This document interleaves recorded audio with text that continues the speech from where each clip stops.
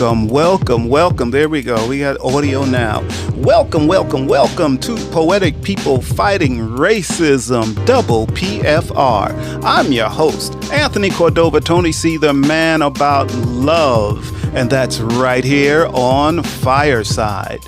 But here at Double PFR, we discuss racism and the caste system in the United States of America through poetry, through art, through music, using the voices of our souls, using the strength of our ancestors to heal the fractured country we live in and die in.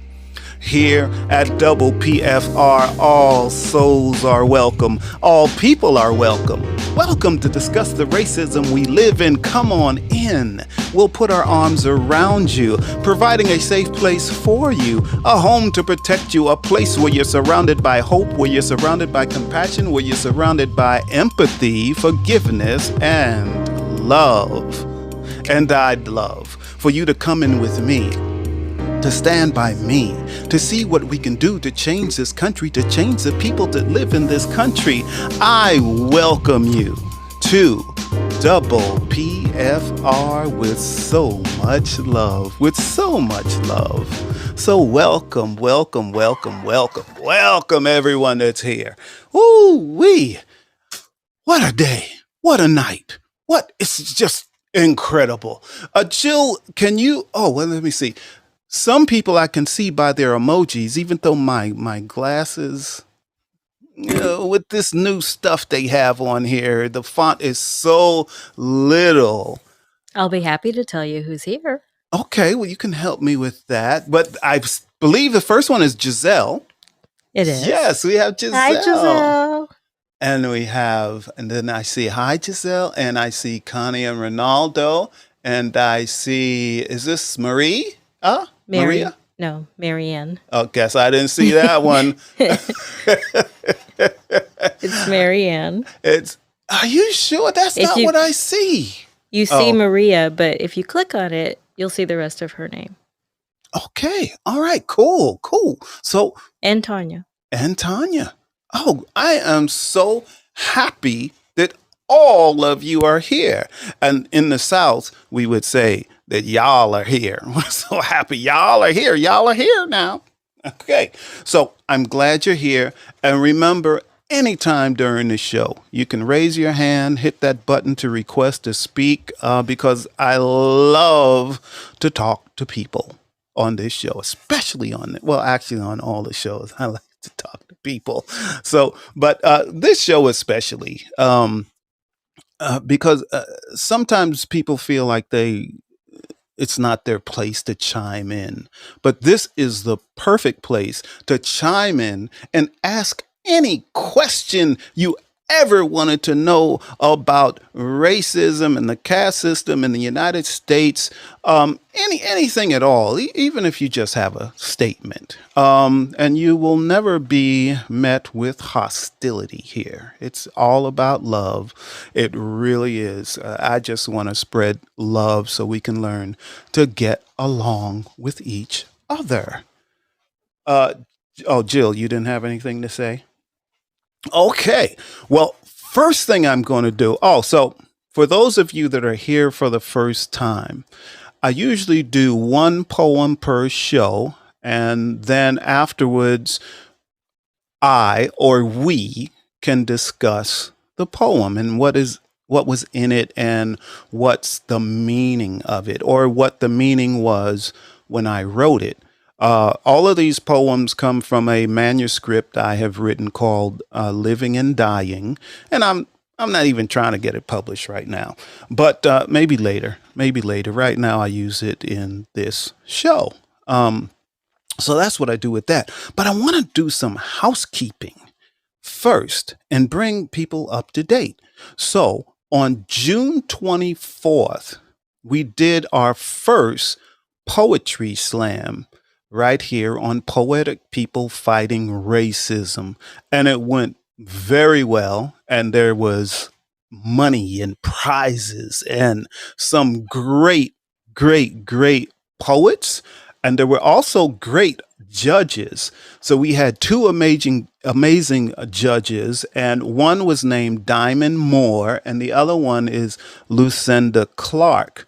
And Lucinda Clark is the founder of the Poetry Matters Project in Georgia, and she does a lot of good work. I mean, a lot of good work, and she puts in her own time, and more people should do stuff like that. And actually, that is what me and Really Charlie of the Really Charlie podcast did for the Poetry Slam. We put our own money and time and asked for no money to enter or anything else, just so some great poets could do their work and actually win some money. So that was a good thing. That's us giving back to the community, and we loved it. It was really enjoyable. We're deciding whether we're going to do it next year again or not, but we'll see. We'll see what happens with that. Now, there's an update on me. Okay.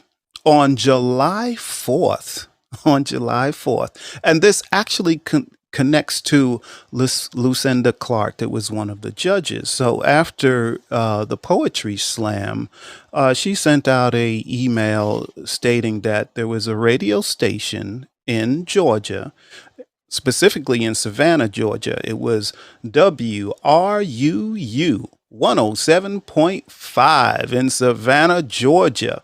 And the show that put out this shout out and was called Barnstormers Cookbook, which sounds like it's got nothing to do with poetry. Okay. But what they do, and the host there is Carol Dion Anthony, and she showcases like the movers and shakers in the creative world. So well, let me back up. So there was guidelines to the poems they wanted. So she wanted a poem about, and this was on the 4th of July, what does freedom mean to you? And what do you treasure most about freedom? So I sent mine in. I said, what? I send it in. I'm thinking Lucinda helped me by being a judge. Maybe I can put in this submission to help represent Lucinda.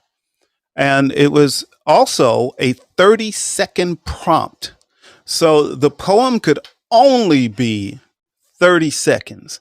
And I was thinking, that's easy. No problem. I can write a 30-second poem, zippity zip. No problem.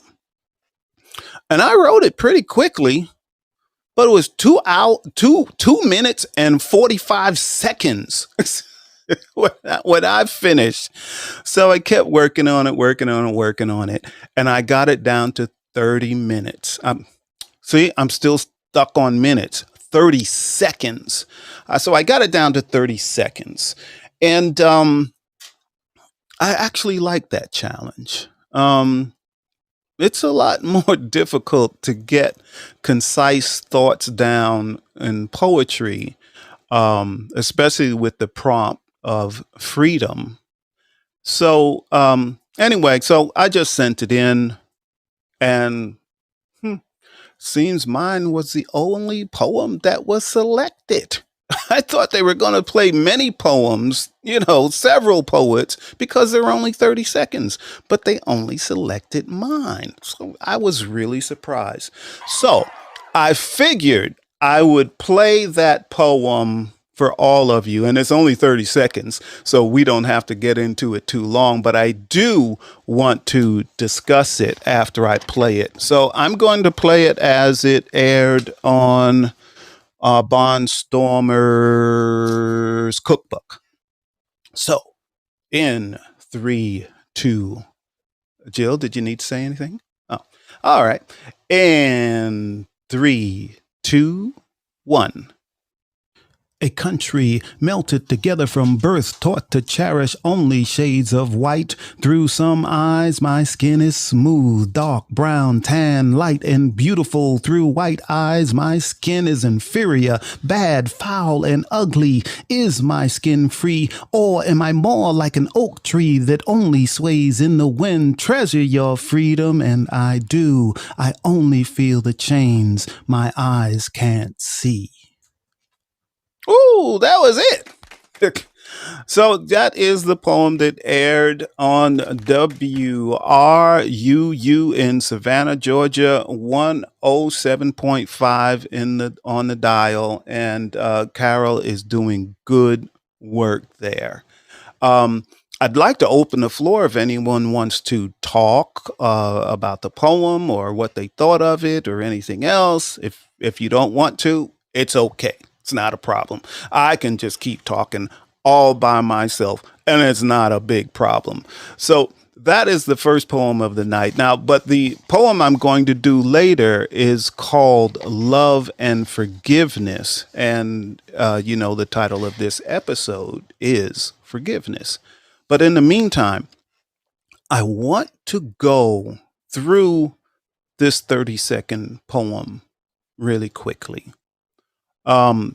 So the poem starts out by saying, a country melted together from birth.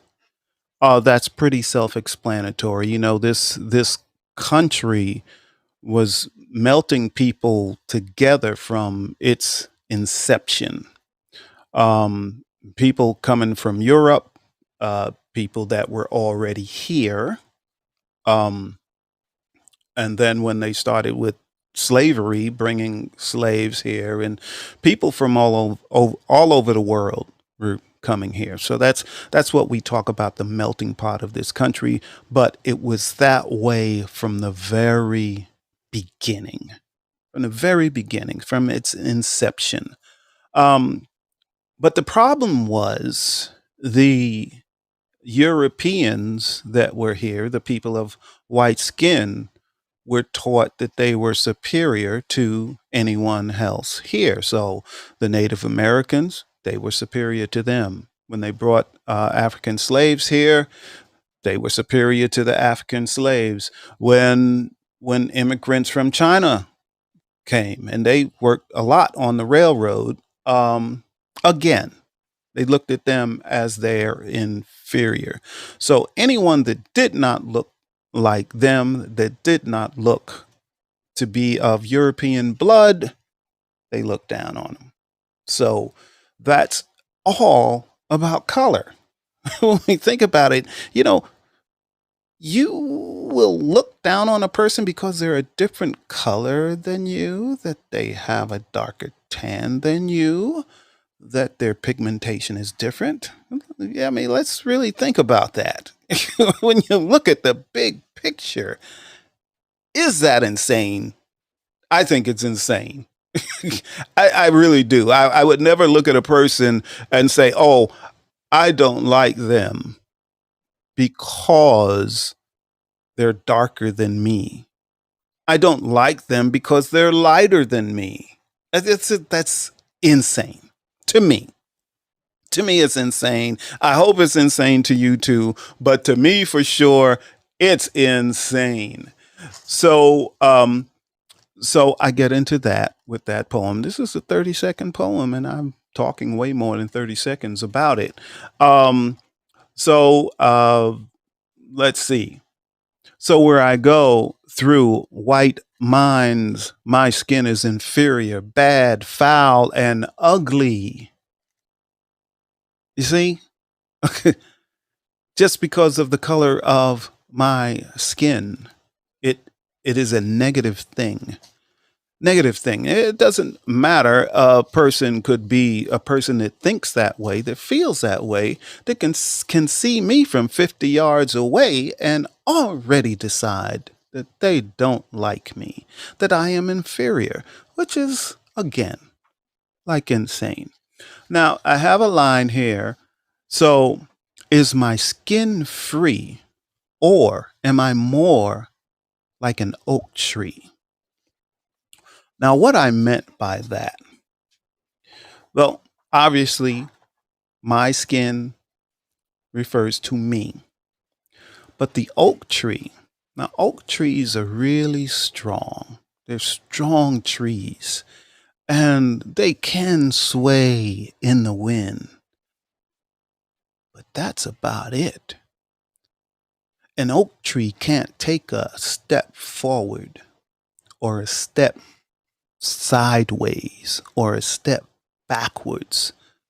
An oak tree has to stay in the place they were planted, that it was planted. And in America, I feel that many people of color feel that way because we're put in a position and society expects us to stay in that position, in that level. When we try to move beyond that level, that's when we're met with problems. That's when we're met with hatred and discrimination because we're trying to move beyond what someone else decided, the way someone else decided we should live. Someone else has decided what our value is. So that's why I said, or am I more like an oak tree, that only sways in the wind? Now, treasure your freedom. They in the prompt, it wanted to know, what do we treasure most about freedom? And this is where the last two lines get into. So treasure your freedom. And I say, and I do. I do treasure the freedom that I have here, that most of us have here. I really do. I can open a business if I want. I can, in some cases, go to the school I want. I can, in some cases, I can go after the job that I want, but I might not get it. But I do have the freedom to try. So that's what I treasure about freedom. There's many things that I can do. I can buy a home, I can buy a car, I can drive from one end of the country to the other, and no one will stop me, kind of. there's no Gestapo stopping me and saying, show me your papers. Okay, so we don't have that. But the last line in this poem says, I only feel the chains my eyes can't see. So what I'm saying there is, I'm no longer shackled like my ancestors were. So I don't have chains on me, and I'm no longer a slave. My ancestors aren't slaves. There's no one in my family, any of my loved ones or my friends that are slaves that have to work on a property for free. So that's not there. But the part here is, I only feel the chains my eyes can't see. So the chains that are on me now are invisible. I can't see them on me. I can't look down and see my ankles shackled. I can't look and see my wrist shackled. And in chains, I can't see it. But with discrimination and racism and the caste system, and I know a lot of people think the caste system is only in India, and that's not really true. That's not really accurate. It is here, and this is why. And we say it all the time, but we don't realize what we're saying. I'm middle class. I'm lower class. I'm upper class. I'm upper middle class. That's a class system. That's a class system. So when you're you could be middle class and white and you're white middle class. But you're middle class and black, you're below that white middle class. Matter of fact, if you're middle class and black, you're even below poor white people because of the racism that's in this country and the discrimination in this country. So, yes, I do feel the chains I can't see. And I've worked for myself most of my life. And many times in the business world, I was directly discriminated against. In business deals where someone else, a white person was going to try to help me get a contract because I was a subcontractor. Okay. In this case. So he just wanted to help me become just one of the contractors for this particular job.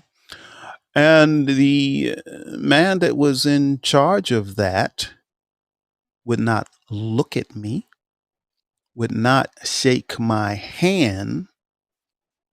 And then he just turned around and kept his back to me the whole time, would not acknowledge me at all. So you might think, oh, that's not such a big deal. But that was a contract that probably would have got me into another door somewhere else. It would have helped me build my business. But that door slammed shut.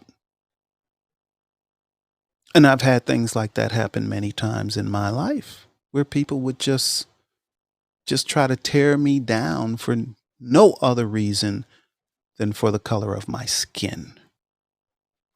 Insane. Poof. It's mind blowing. It blows my mind. It still blows my mind that just because of the color of his skin. And, I'm not trying to brag, but I'm always pretty doggone good at what I do.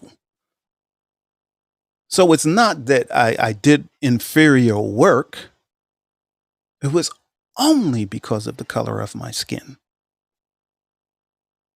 So that poem, Skin, 30 seconds long, for me, has a lot of meaning, And I'd like to open up the floor to the stage. If anyone has any comments at all, I would love to hear them. You can chime in. You don't have to come to video if you don't want, at least not on this show.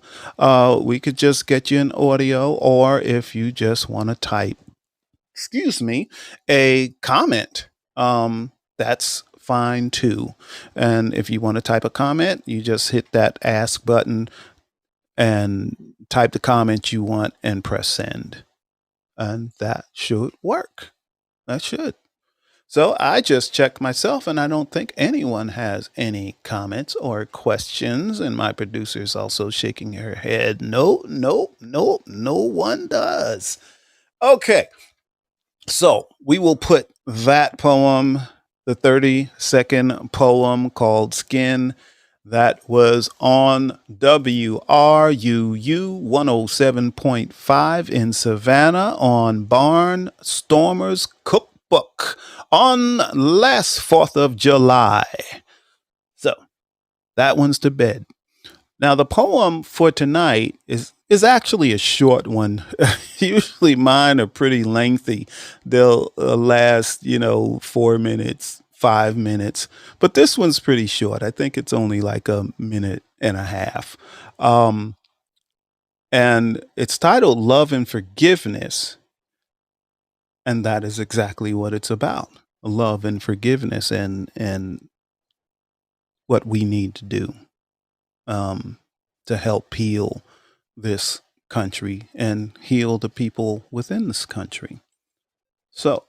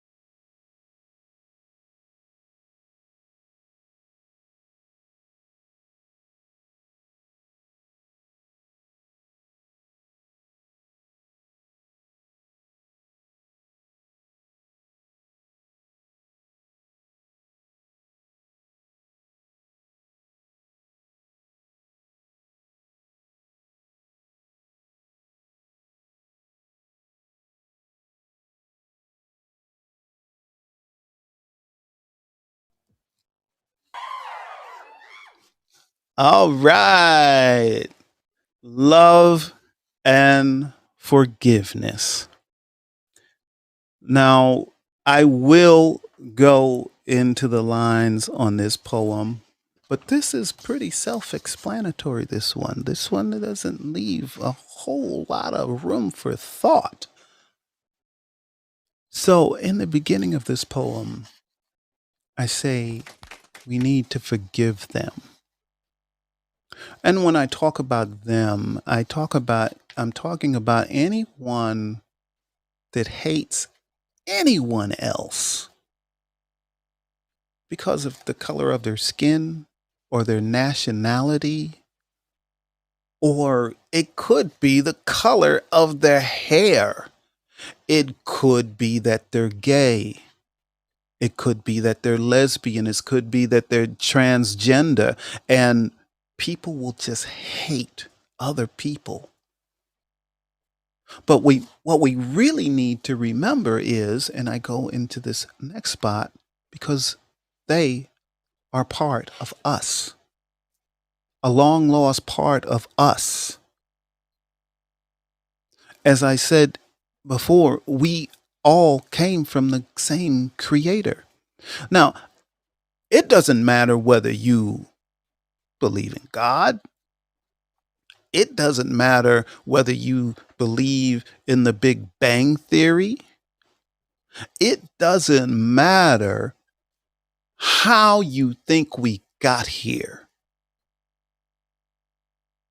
But basically, we all have a head, two arms, and legs. We all have the same internal organs. If you will take the premise that we started from just two, we are actually part of the two, if we use that premise. If we use it as a big bang and primordial ooze, we still came together as human beings in the beginning. It doesn't matter whether you believe we evolved from apes. Okay? We all evolve together, okay, into human beings. But yet, all we want to do is separate ourselves from each other and try to show that one is better than the other. No. No. No, we create all of this hatred on this world. We do this. We don't know how to just love each other. We don't know how to have empathy for each other because we weren't taught that. You know, we all think our parents are wonderful and great and all of that, but our parents will tell us things that cause us to separate ourselves from other people, to cause us to make us feel like we're better than some other group of people. And parents do that because they don't know any better, and their parents' parents didn't know any better, and their parents' parents' parents didn't know any better. Going for decades and centuries, it's been going on. But now, with technology, we have the technology and the span to talk to millions of people at one time. Where in the past, we kind of spoke to one person at one time and that was it. But I can talk to hundreds and thousands, and other people can talk to hundreds and thousands. And on the downside, people that spew hatred for other people can do the same thing. But if you're someone like me that has the ability to put together a show and put this out there, and you also have enough money where you don't have to make money from this. And I'm not saying I'm rich, but I don't make any money from this show. This is part of me giving back to the community. This is part of me giving back to humanity. We all have a responsibility to do something. And it doesn't have to be something big. You don't have to give money. If you see someone that needs a helping hand, just help them. If you see you have some knowledge about something, that someone else may need that knowledge to help them survive, to help them succeed, give them that knowledge. It's not that difficult to make a change. To be an everyday activist, do what you can. Help change the world. Help change people. It's really an important thing to do, especially now. With all the shootings in the malls and shooting people in malls and shooting kids in school, innocent kids, they haven't done anything to anyone. And it's getting to where society is getting used to it. Oh, it's just another shooting. Oh, that's too bad. And 10 minutes from then, you're not thinking about it anymore. Until the next mass shooting.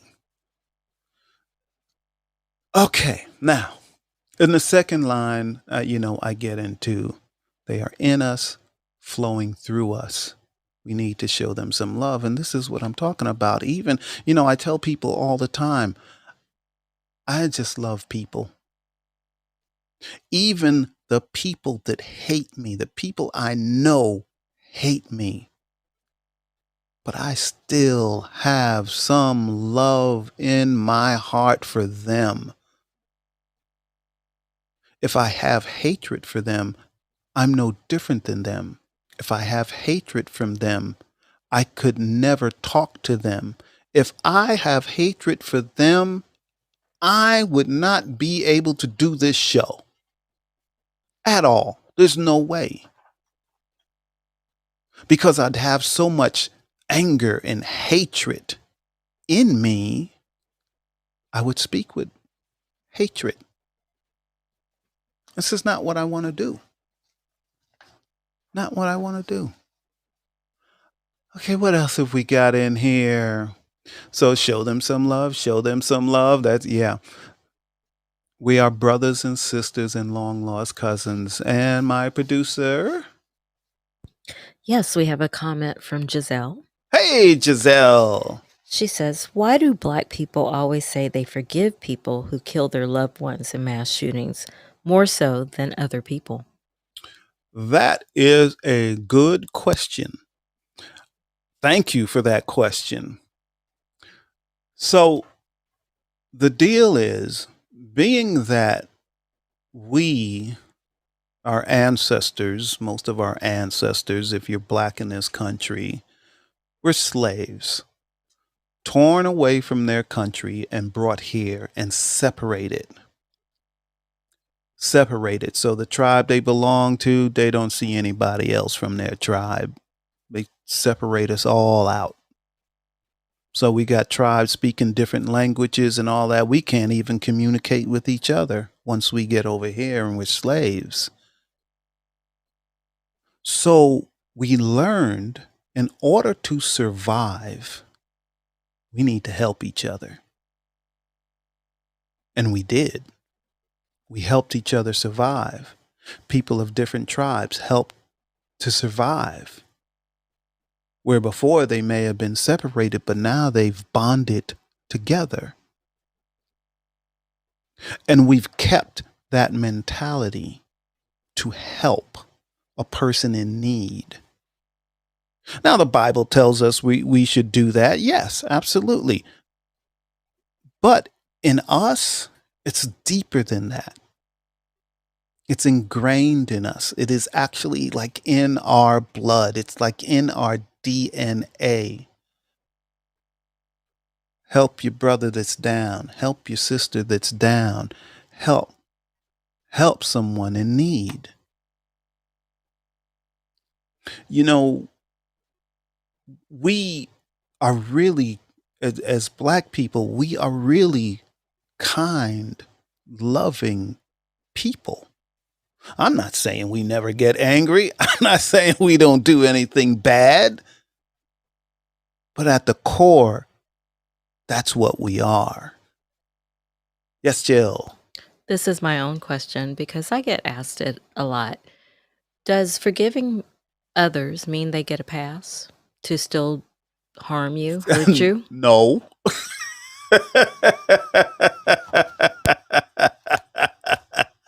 No, and hell no.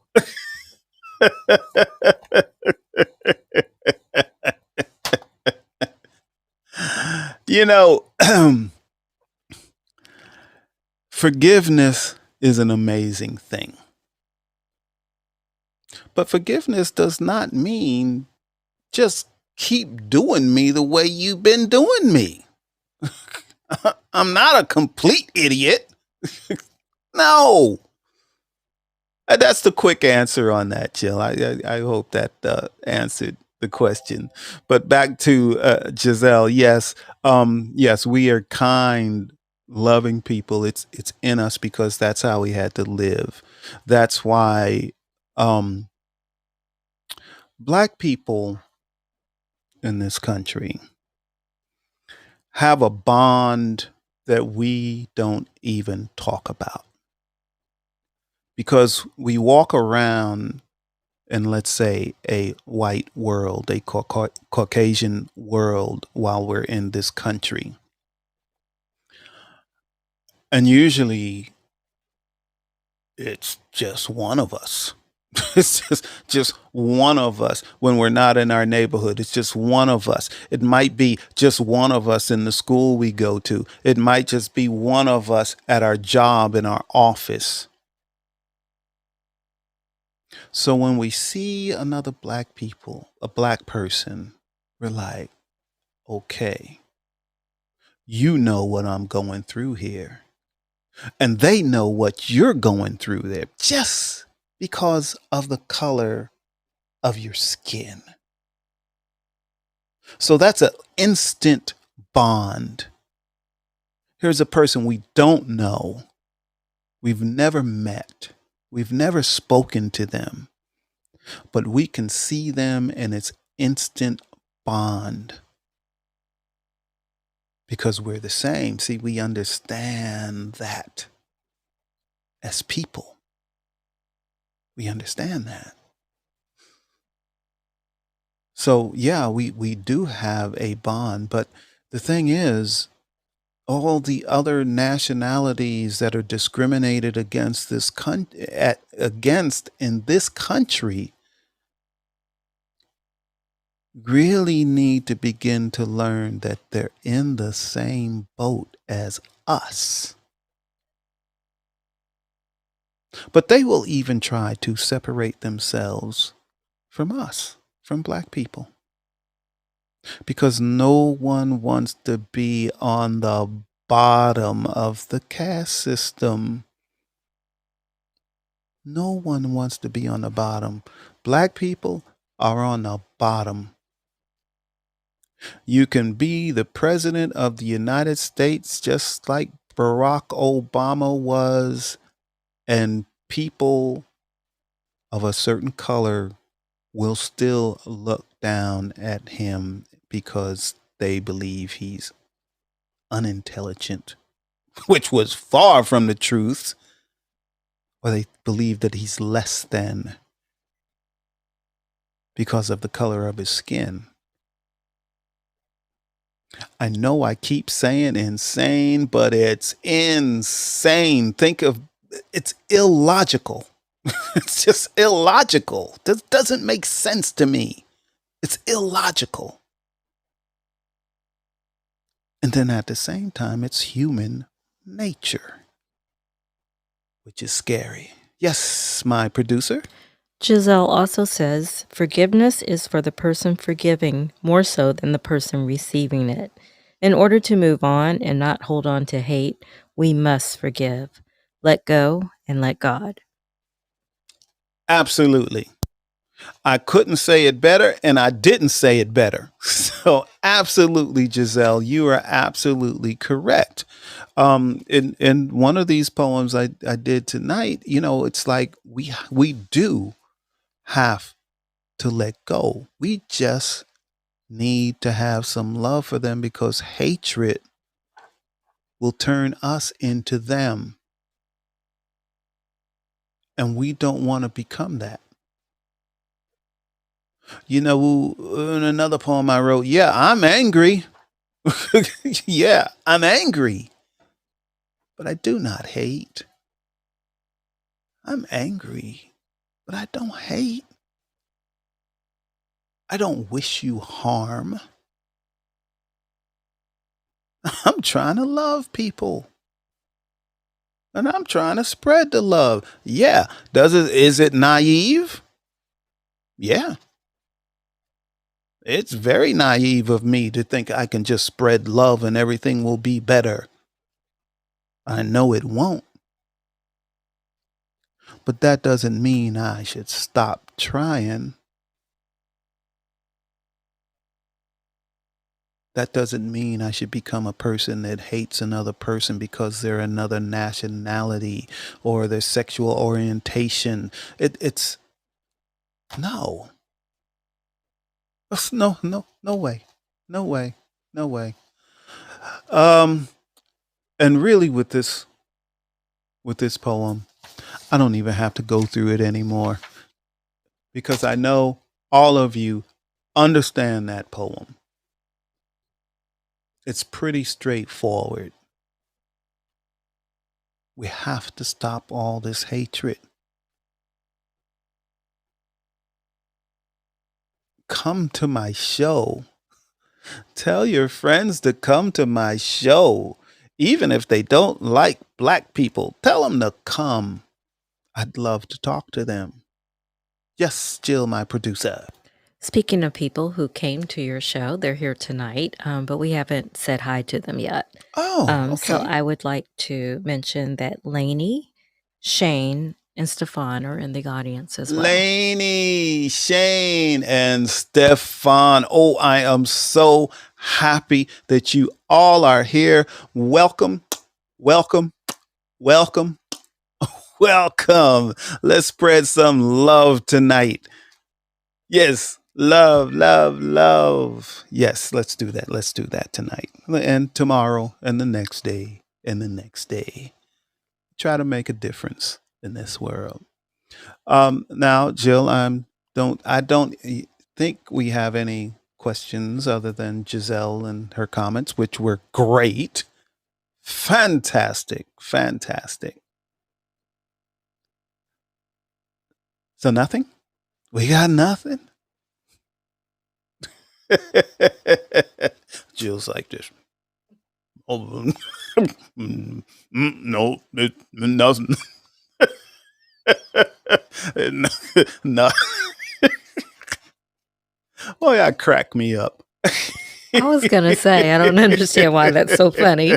It's like I'm just answering your question. No. Anything, Jill? No. No. No. Nothing. There's nothing there.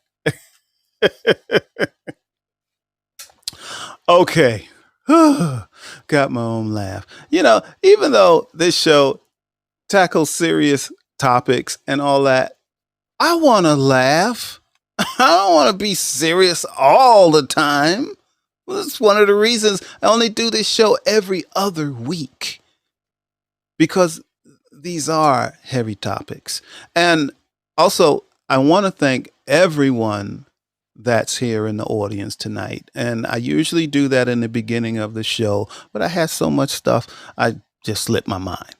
But I want to thank everybody that is here in the show and that did come here tonight, even if you stayed for a little while and left, and maybe you're going to listen to the replay later. I don't know. But I do want to thank you for coming here, because this show does cover difficult topics. And for you to just be in this show, to be in the audience, in my opinion, makes you an everyday activist.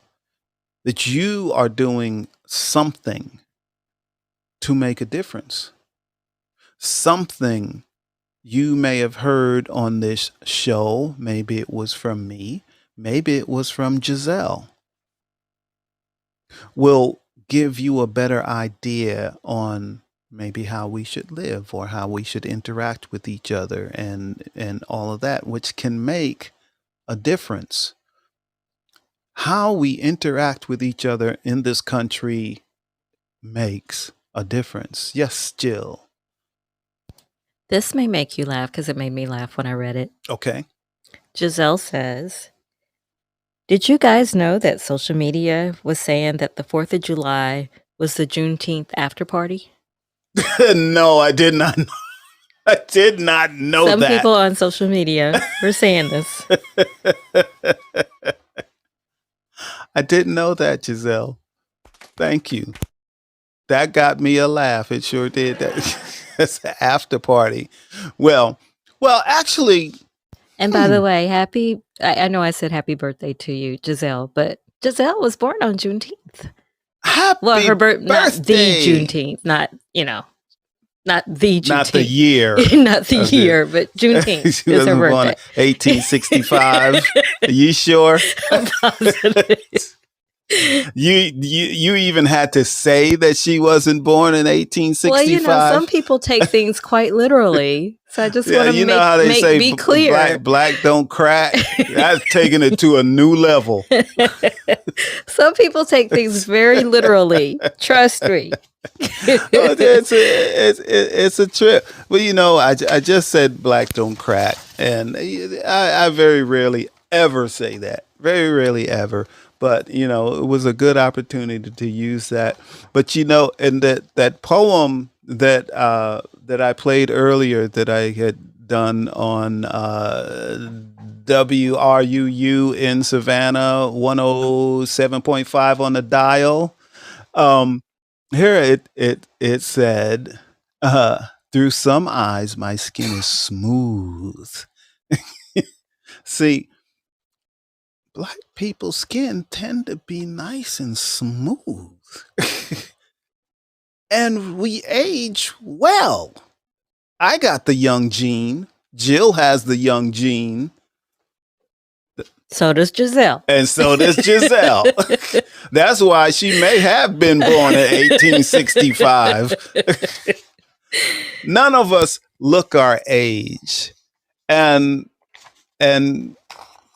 people can hate us for that too. It's just. You're welcome, Giselle. Giselle says, thank you, Jill, for my birthday shout out. It could have been 1865. It could have been 1865. Yeah. All right. Well. I think I'm going to close this show out. We're getting close to an hour, which is surprising. Oh, Jill is clapping. She's like, oh, you always run your shows long, but not tonight. Going to finish early. And check this out. See, this is what I am not. So somebody said, ow, yeah. Who was that? We can see who that. Giselle said that. Ow, yeah, end the show. That's all right. Hey, but let me tell you what I'm going to do after this show. As soon as this show is over, I'm going to go down to the kitchen and I'm going to get a big old slice of watermelon.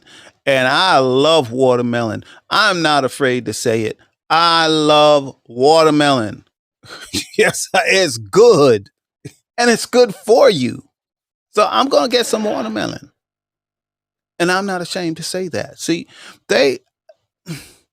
it's so bad that they have made so many bad jokes, racist jokes about black people eating watermelon that a lot of us don't want to admit that we eat watermelon. Okay? They stigmatize a fruit so badly and made us feel so badly about eating it that we're afraid to admit that we eat it. And by the way, there would not be any watermelon industry if only black people ate watermelon. Other people eat just as much watermelon as we do, but they stigmatized it to we're ashamed of it. And that really gets me upset. This is probably the most upset I've been the whole show. I still love, but you think about that. Something that simple. Again, mind-boggling, insane. Poof. Okay, now it's the end of the show. I like fried chicken. I like fried chicken too. A lot of people like fried chicken. All right, folks.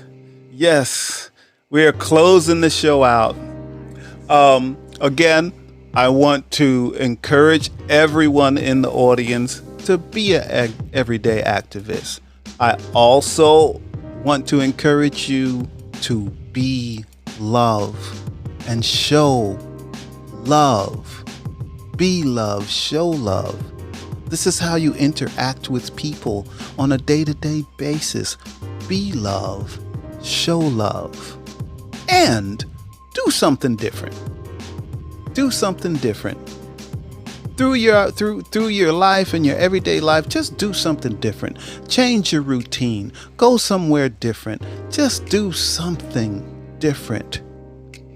Go to an event you maybe never went to before. do something different. Okay, the music you're hearing now is called Choral, and it's by 29 Beats. And the music I played during the Love and Forgiveness poem was called Fearless, and that's by Dreamland Beats. The next show is going to be on July 22nd, and the poem I'm going to do is Can We See? Can We See? Again, I want to thank the audience for coming tonight. Everyone that's here, you are being an everyday activist. Everyone that was here and left the show, you too are being an everyday activist because you did come, stay, and listen a bit. So, I want to thank my producer, Jill. She keeps me straight. People that know Jill know that she keeps me straight.